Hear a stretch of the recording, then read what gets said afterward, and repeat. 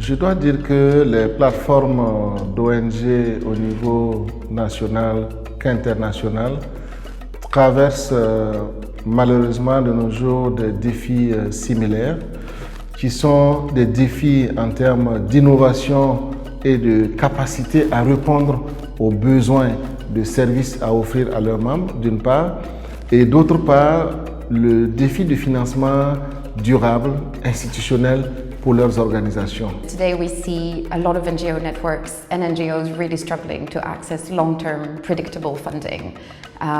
Funding that can cover core costs, funding that would be renewable, funding that allows them to carry out some of the core activities of civil society, including capacity development, including work around advocacy and lobbying.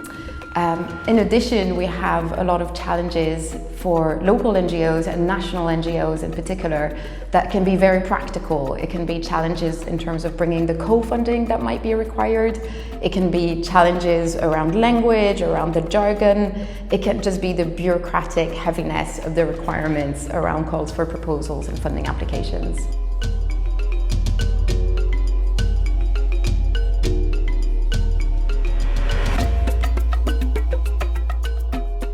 The core is our ability to diversify resources, and at the heart of that has actually been to call on our own resources, to look within the members of Interaction, their willingness to pay and fund us, and their willingness to have an entity that helps coordinate their learning, their advocacy, and so forth.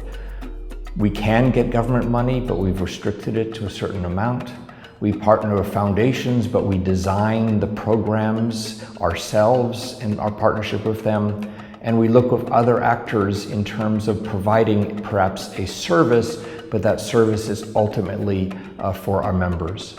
So the end result here is a funding stream mixed up of membership dues, foundations, individuals, government, some corporations, some philanthropists, but the largest amount comes from our members. Ongoing effort to always collect donor intelligence, be aware of the latest donor funding trends, have information on calls for proposals in a timely way and share them with our members.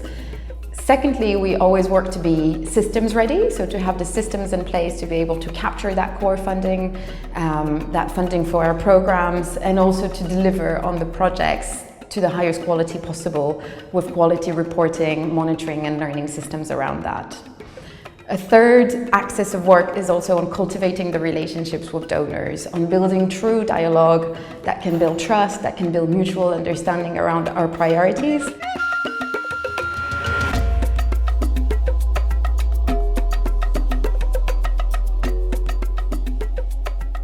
I think that the institutional donors should fund civil society platforms, but they should still allow the platforms to have that flexibility to hold the government to account as well, and so that's quite a fine balance. Dans un deuxième temps, je pense qu'il y a un travail de plaidoyer à faire vers les partenaires institutionnels pour que ces partenaires comprennent la nécessité et l'importance du rôle que jouent les plateformes pour leur accorder des financements institutionnels, gage donc de leur survie et de leur pérennité et pouvoir continuer le dialogue de politique et les services aux membres. So we need funding for this ability of civil society to organize itself, funding for our ability to have a voice, and that needs to be done in a more equal partnership manner than has been currently done.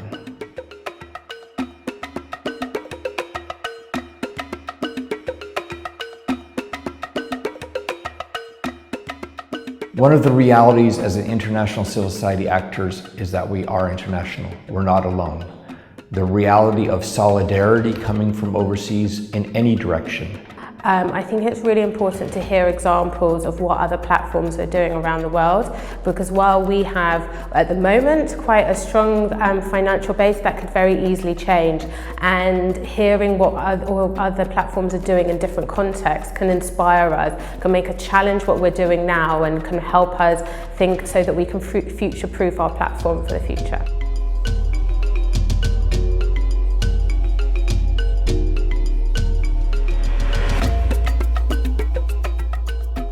Cet outil, s'il n'existait pas, il fallait le créer parce que les organisations non gouvernementales à la base ou leurs plateformes ont tellement le nez dans le guidon qu'elles n'ont pas suffisamment de recul critique et de temps pour s'adonner donc à des analyses et à la conception d'outils stratégiques pour répondre donc à l'épineuse question de la problématique du financement.